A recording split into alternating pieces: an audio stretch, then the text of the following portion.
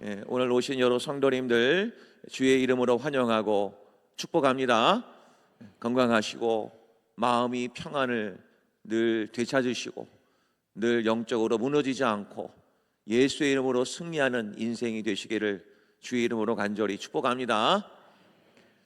자, 오늘은 예배에 관한 말씀을 드리겠습니다. 사실 우리 성경을 보게 되면 우리가 이 예배에 대해서 강조하고 있는 내용들이 참 많이 나옵니다. 특별히 요한복음 4장 23절 말씀을 보시면 아시듯이 하나님은 예배하는 자들을 찾으신다라고 말씀을 하셨습니다. 오늘 예배에 참여하신 모든 분들이 하나님께서 찾으시는 예배자들이 되시기를 주의 이름으로 간절히 축복합니다. 창세기를 보면 하나님께서 천지를 창조하시고 그리고 아담과 하와 그리고 우리 사람을 만드셨습니다.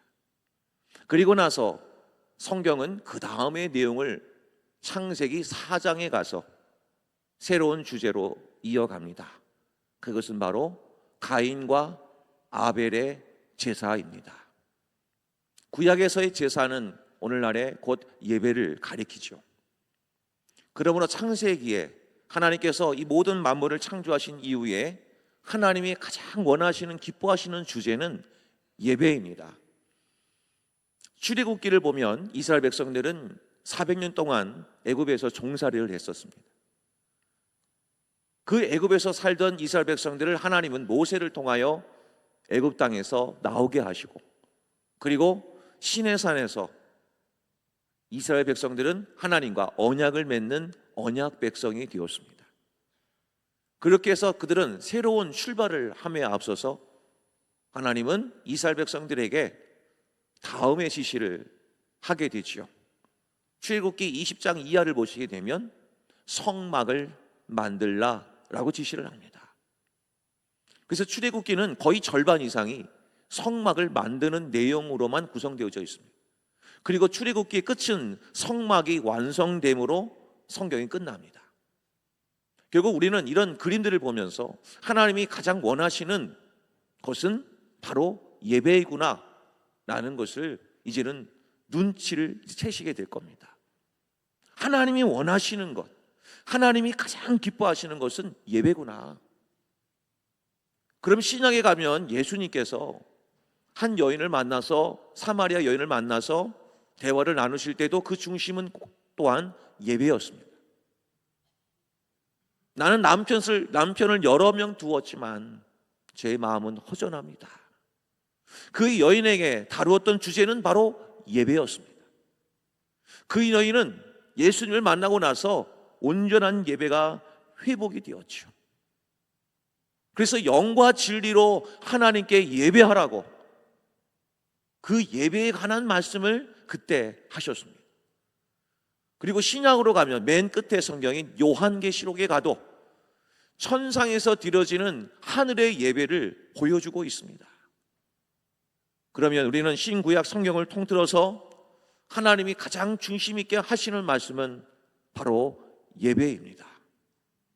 그래서 오늘 이 예배 속에 하나님께서 얼마나 놀라운 영적인 비밀이 숨겨져 있는지 그 예배를 조금 깊이 살펴보고자 합니다. 오늘 본문의 말씀은 사무엘상 2장이지만 그 배경은 사사 시대입니다. 사사 시대란 그 땅에는 왕이 없으므로 자기 소견에 옳은 대로 행하던 시기, 바로 그 시기가 사사 시대입니다. 그 시대의 영적인 분위기는 어떠했느냐? 예배가 멸시되고 제사장들이 타락한, 종교 지도자들이 다 무너진 그 시대를 바로 사사 시대라고 합니다. 자, 그 가운데 오늘 본문의 12절 말씀을 보시게 되면 그 시대의 중심 인물 엘리 제사장이 나오게 됩니다. 본문 12절을 보실까요? 그때 12절에 보면 엘리와 그의 아들들은 행실이 나빠서 여호와를 알지 못하더라 라고 시작을 합니다. 하나님을 알지 못한다. 엘리는 제사장입니다. 무엇인가 맞지 않지요. 그러나 이건 말씀은 정확한 겁니다. 하나님을 알고 하나님의 말씀에 대하여 아는 것과는, 지식적으로 아는 것과는 차이가 있습니다. 지식적으로는 알고는 있어도 인격적으로 하나님을 모른다면 온전한 알은 아니지요. 바로 그 당시에 엘리와 그의 아들들이 제사장임에도 불구하고 하나님을 인격적으로 못 만났다는 얘기입니다. 결국 이렇게 되면 어떻게 되느냐? 그 다음에 17절로 말씀을 가면 이들은 결국 여호와의 제사를 멸시하는 데까지 간다는 겁니다. 결국 예배를 무너뜨리고 예배가 무너지게 되는 일까지 이르게 된다는 것이죠. 근데 성경은 여기서 끝나지 않았습니다. 그 다음에 한 인물입니다. 바로 사무엘을 오늘 본문 18절에서 시작을 합니다. 자, 18절 말씀을 보실까요? 사무엘은 어렸을 때 세마포 에봇을 입었다. 당시의 세마포 옷은 제사장들만이 입을 수 있는 옷입니다. 엘리 제사장에 이어서 사무엘은 제사장의 사명을 감당하며 그 다음에 어떻게 되느냐? 여호와 앞에서 섬겼더라. 섬기다는 말은 서비스, 봉사하고 헌신하는 것뿐만 아니라 예배하고 있었다는 얘기입니다. 그러니까 사무엘은 모든 시대가 영적으로 암울하고 타락하며 어려움의 시기를 걷고 있었지만 그때 영적인 제사장으로서 하나님 앞에 온전한 예배를 드리고 있었던 인물이 바로 사무엘이라고 하는 것입니다.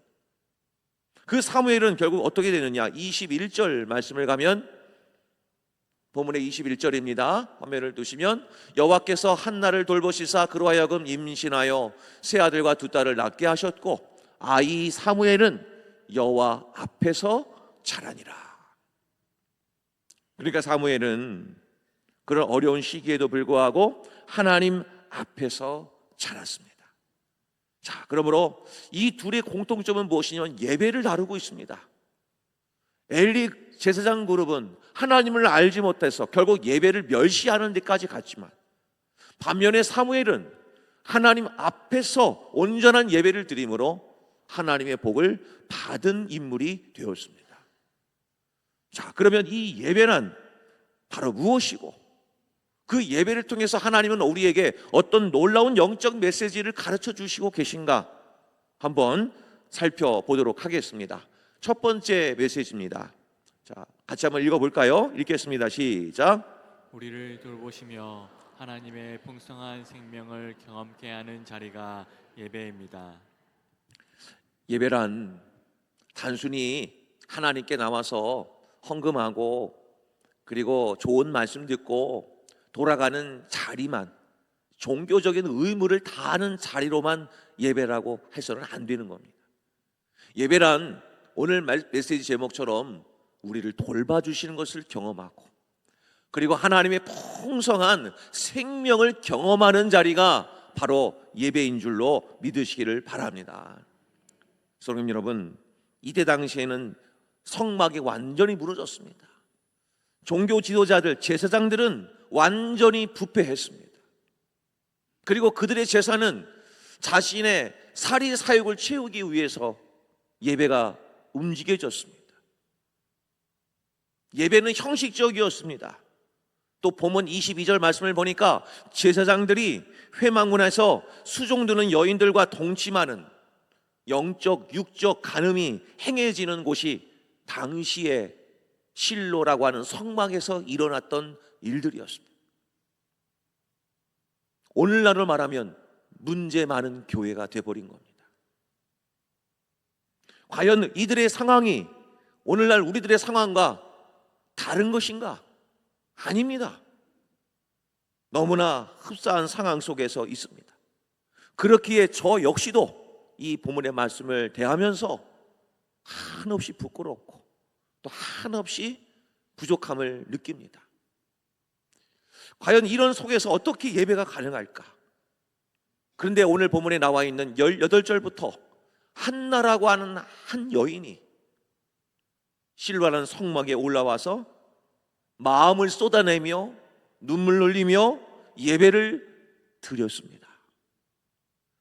이 한나라고 하는 여인은 도대체 제사장들이 왜 이래? 왜 이렇게 예배가 왜 이래?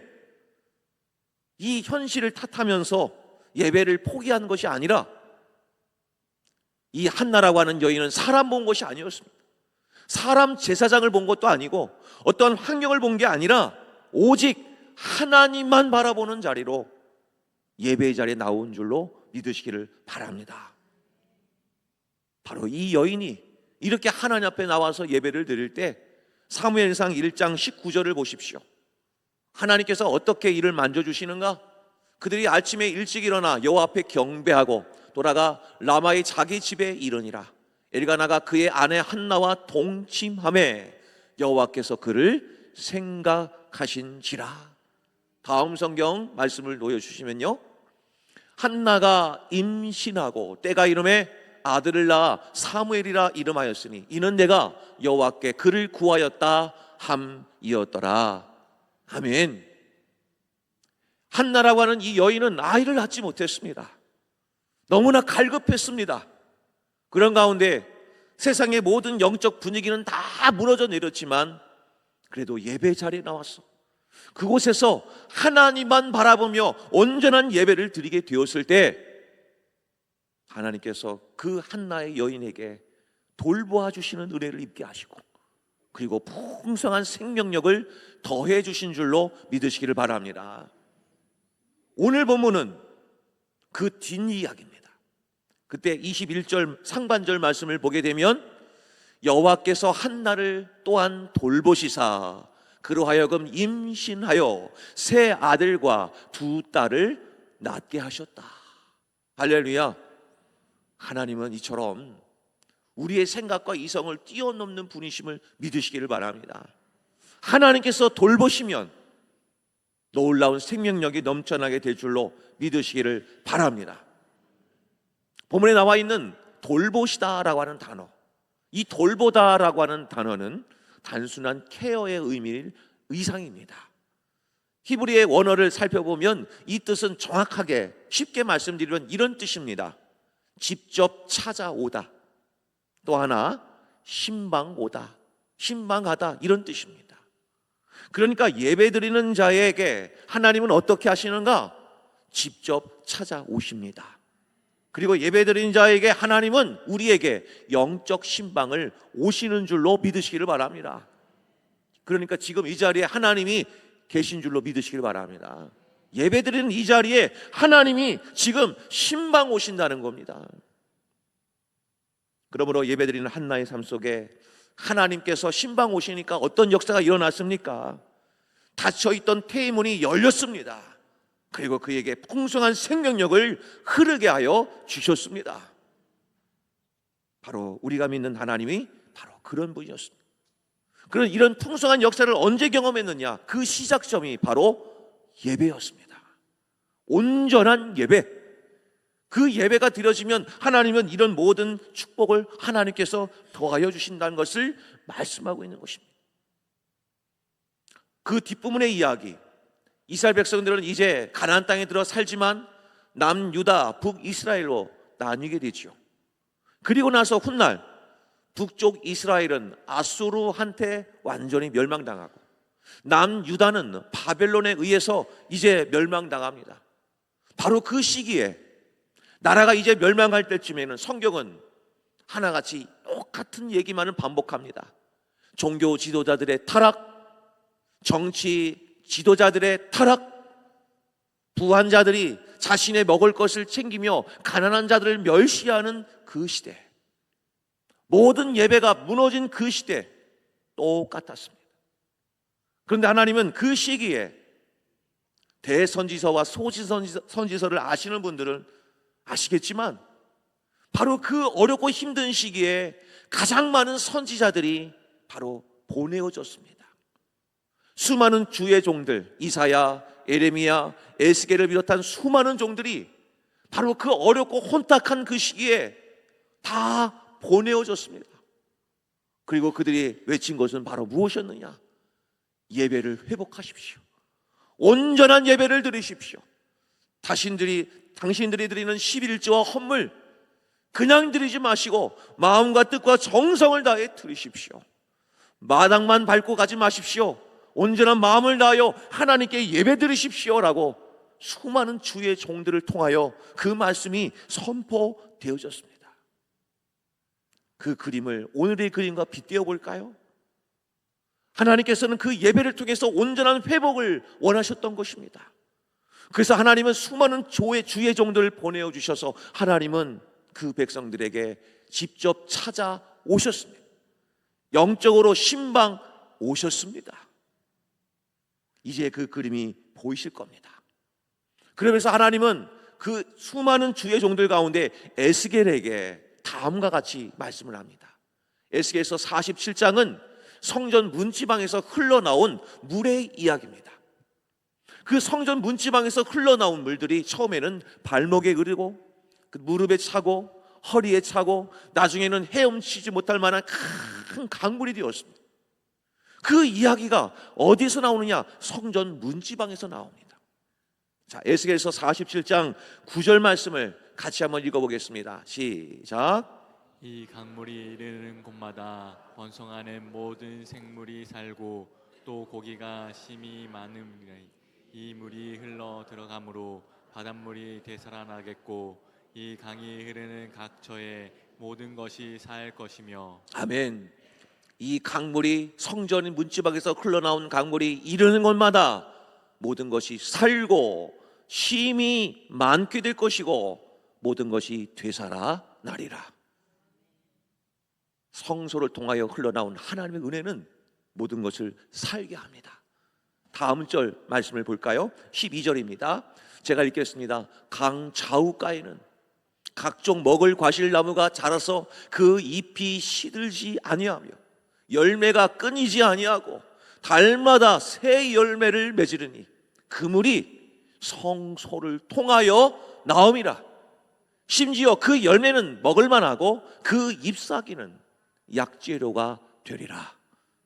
사랑하는 성도 여러분, 바로 그 성전 안에서 흘러나온 하나님의 은혜는 그곳이 이르는 곳마다 되살아날 것이고, 그리고 약재료가 되듯이 하나님께서 모든 병을 고쳐주시기를 주의 이름으로 간절히 축복합니다. 오늘 이 은혜를 위하여서 부족한 종이 이 시간 예수의 이름으로 선포합니다. 결혼을 했지만 아직 아이를 못 가진 가정이 계십니까? 오늘 부족한 종이 예수의 이름으로 믿음으로 선포합니다. 나사렛 예수 그리스도의 이름으로 명하노니 새 생명이 태어날지어다. 하나님 새 생명 주시옵소서. 오늘 이 시간에 몸과 마음의 병든 자 하나님께서 예배드리는 중에 고침받기를 원합니다. 나사렛 예수 그리스도의 이름으로 명한다. 오늘 이 자리에 있는 모든 병마야 물러갈지어다. 깨끗하게 치유될지어다. 예수님께서 보혈로 깨끗하게 씻어주시기를 주의 이름으로 간절히 축복합니다. 성도 여러분, 예배가 살면 모든 것이 살아납니다. 성도 여러분, 예배는 하나님께 무엇을 보여드리거나 대가를 지불하는 자리가 아님을 명심하십시오. 예배는 하나님께서 친히 우리에게 신방 오셔서 나의 굳게 닫혀진 마음을 만져주시고 메말랐던 나의 영혼에 하나님께서 풍성한 생명력을 공급해 주시는 자리가 이 예배의 자리인 줄로 믿으시기를 바랍니다. 그리하여 이번 한 주간도 이 예배를 통하여 주시는 풍성한 생명이 한 주간 동안 넘쳐나기를 주의 이름으로 간절히 축복합니다. 두 번째입니다. 예배에 숨겨진 비밀입니다. 두 번째 메시지 같이 읽겠습니다. 시작. 참 제장이신 예수님을 의지하여 하나님을 만나는 시간이 예배입니다. 아멘. 우리가 잘 알고 있는 말씀이긴 하지만 한 번 더 말씀드립니다. 참 제사장이신 예수의 이름을 의지하여 예수의 보혈의 공로를 의지하여 우리는 하나님 아버지를 만나는 시간이 바로 예배인 줄로 믿으시기를 바랍니다. 물론 교회는 와서 사람을 만나는 자리이긴 합니다. 오셔서 여러 가지 세상의 정보를 공유하실 수도 있겠지만, 사람을 볼 수도 있겠지만, 그러나 그것이 중요한 것이 아닙니다. 예배란 사람을 만나는 자리가 아니라 하나님을 만나는 자리임을 믿으시기를 바랍니다. 그러므로 오늘 예배에 오셔서 하나님 저 왔어요. 하나님 저 왔습니다. 그런 하나님과 친밀한 대화를 나누실 수 있는 귀한 분들이 되시기를 바랍니다. 또한 그 예배는 하나님을 만나기 전에는 예수의 이름, 예수의 보혈의 공로를 통해서만이 가능한 것입니다. 그러므로 예수를 붙드시며 나아가시기를 바랍니다. 성도 여러분, 시간이라고 하는 것은 두 가지 개념이 있습니다. 말씀드렸습니다. 예전에 말씀드린 기억이 나는데요, 크로노스라고 하는 시간과 카이로스라고 하는 시간이 있습니다. 이 크로노스라고 하는 시간은 절대적 물리적 시간을 말합니다. 6시에 예를 들면 해가 뜨고 저녁이 되면 해가 지듯이 그런 물리적인 시간을 크로노스라고 하는 시간입니다. 그럼 카이로스라고 하는 시간은 그런 물리적인 시간이 아니라 하나님과의 의미 있는 임재의 시간, 그것이 바로 카이로스라고 하는 것입니다. 시간은 1시간, 2시간 흘러가지만 5시간을 예수를 보냈다고 한다면 카이로스라고 하는 시간은 5시간이 1시간 같을 수도 있는 겁니다. 그런 시간이, 의미 있는 시간이 바로 카이로스라고 하는 시간입니다. 자, 그렇다면 진정한 예배란 어떤 것이냐? 크로노스라고 하는 공간 속에서 아침 일찍부터 밤 늦게까지 우리는 크로노스라고 하는 공간 속에서 살아갑니다. 그런데 예배란 이 속에서 나와 하나님의 카이로스라고 하는 시간으로 들어오는 것이 바로 예배인 줄로 믿으시기를 바랍니다. 그러므로 오늘 이 자리에 나오셨을 때 세상의 크로노스라고 하는 공간, 내가 오늘 직장에 가서 뭐 해야 되는데, 내가 세상에 가서 이것을 해야 되는데, 그런 걱정과 염려 속에서 지금 예배를 드리십니까? 그건 온전한 예배가 아닙니다. 세상의 크로노스라고 하는 공간 속에서 일어나는 수많은 걱정과 염려와 근심, 모든 세상의 문제들은 하나님께 내려놓으십시오. 하나님께 맡겨드리십시오. 그리고 오늘 이 시간에는 하나님을 만나시기를 바랍니다. 그게 바로 예배입니다. 성도 여러분, 하나님께서는 천지를 창조하셨습니다. 그리고 마지막 날, 7째 날에는 안식하셨습니다. 안식을 하다라고 한 뜻은 하나님께서 첫째 날부터 마지막 날까지 하신 모든 창조의 사역이 완벽하고 완전했음을 선언하시는 자리가 안식하신 겁니다. 그리고 이스라엘 백성들이 시내산에 올라가서 십계명 말씀을 받죠. 그 십계명 말씀 중에서 1계명부터 10계명까지 중에서 가장 많은 내용이 몇 계명인 줄 아십니까? 4계명입니다. 그 4계명이 안식일 계명입니다. 안식일을 거룩하게 지키라. 왜 하나님은 안식일을 거룩하게 지키라고 하셨을까요? 안식 개념을 기억하셔야 됩니다. 하나님은 창조하신 이 땅의 모든 사역은 하나님께서 완벽하게 만지셨고 창조하셨음을 믿으라. 그러면 안식일을 지킬 수 있다. 오늘 이 말씀을 드리는 겁니다.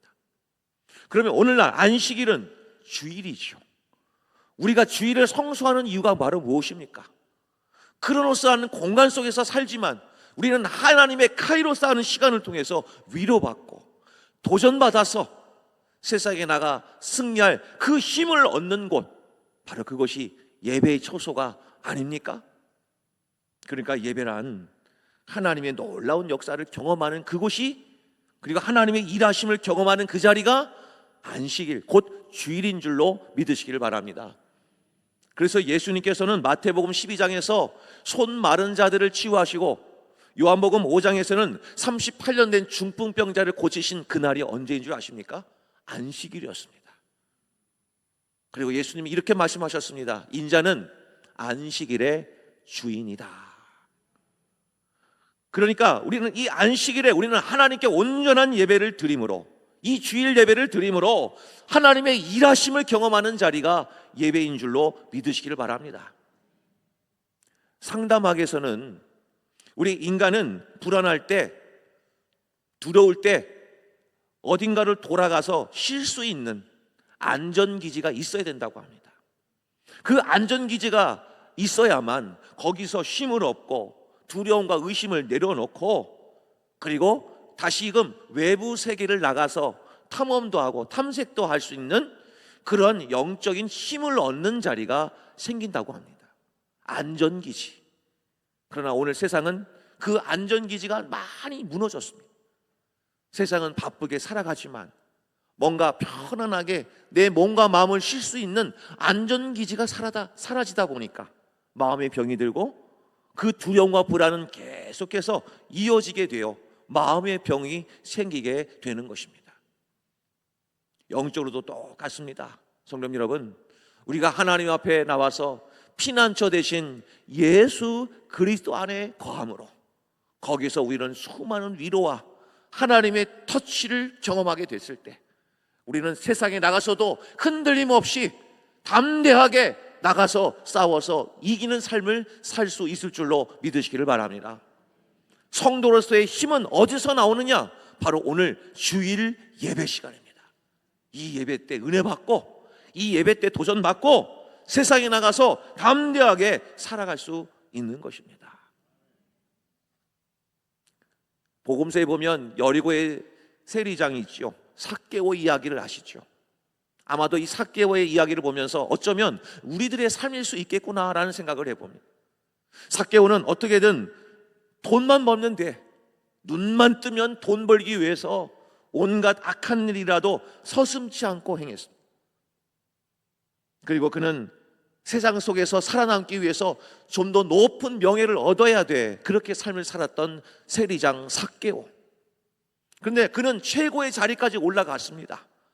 그런데 그의 마음은 뭔가 두렵고 외롭고 쓸쓸한 그 허무함이 계속 그 마음을 괴롭혔습니다. 도대체 뭐지? 나는 돈도 많이 가졌어. 나는 명예도 있어. 나는 마음껏 누릴 수 있는 환경과 여건을 다 갖추고 있는데 왜 내 마음은 이렇게 허전하지? 외롭지? 그 마음 속에서 그런 강력한 허무함이 일려올 때 마침 예수님께서 지나간다는 소문을 듣고는 이 삭개오는 뽕나무 위로 올라갑니다. 그리고 그 예수를 바라봅니다. 그때 예수님이 지나가시다가 그 삭개오를 바라보며 다음과 같이 말씀하십니다. 누가복음 19장 5절입니다. 같이 한번 읽겠습니다. 시작. 예수께서 그곳에 이르사 쳐다보시고 이르시되 삭개오야 속히 내려오라 내가 오늘 내 집에 유하여야 하겠다 하시니. 아멘. 오늘 내 집에 유하여야겠다는 말씀을 생각나는 단어가 오늘 있으십니까? 돌보시사. 지금 예수님이 삭개오의 가정에 지금 신방 가겠다고 선언하시는 겁니다. 내가 네 가정에 가서 신방하면서 내 삶을 돌아보며 내가 너를 위로해 줄게. 내가 너를 고쳐줄게. 너의 모든 외로움과 쓸쓸한 고독함 내가 가서 하나님의 사랑을 내가 마음껏 부어줄게. 가서 신방했을 때 삭개오는 주님 앞에 엎드려 기도하고 눈물 흘리며 고백을 합니다. 주님, 제가 잘못 살았습니다. 저는 눈만 뜨면 돈을 모으며 살려고 했는데 아니군요. 제가 지금 벌었던 거 이제 모든 것을 가난한 자들에게 나눠주는 삶을 살겠습니다. 사랑하는 성님 여러분, 삭개오에게 가장 큰 것은 돈이 아니었습니다. 명예가 아니었습니다. 바로 주님과의 만남이었습니다. 그 만남이 일어나니까 세상에 있는 모든 것들이 귀하게 여겨지지 않아요. 오직 예수, 그 사랑을 나누며 살아가는 삭개오의 인생이 되었습니다. 사랑하는 성님 여러분, 오늘 이 말씀을 통해서 우리들은 깨닫습니다. 그렇구나, 예배가 중요하구나. 예배가 살아야 내가 진짜 사는 것이다. 도전을 받게 되신다면 그 예배의 삶은 언제부터 시작하시겠습니까? 3부가 훨씬 더 낫습니다. 내일도 아니요, 내일 모레도 아니요, 지금 오늘인 줄 믿으시길 바랍니다. 다이어트 할 때 언제 실패하죠? 오늘 먹고 내일부터 하자 그러면 실패하듯이 영적으로 똑같습니다. 예배는 오늘부터입니다. 이건 제 말씀이 아닙니다. 고린도후서 6장 2절을 읽고 마치겠습니다. 고린도후서 6장 2절 같이 읽겠습니다. 시작.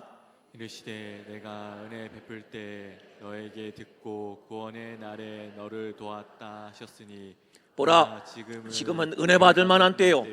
보라, 지금은 구원의 날이로다. 아멘. 이르시되 내가 은혜 베풀 때, 내가 너희들에게 돌보시사 하나님의 영적 신방을 오실 때, 그러면 그때는 언제입니까?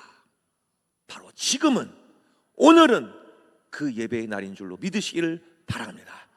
사랑하는 성도님 여러분, 우리는 매일매일이 오늘, 지금이 되기를 바랍니다.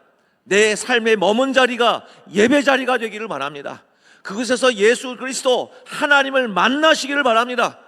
거기서 힘을 얻고 세상에 나가서 담대하게 승리하며 살아가시기를 주의 이름으로 간절히 축복합니다. 기도하겠습니다. 하나님, 감사합니다.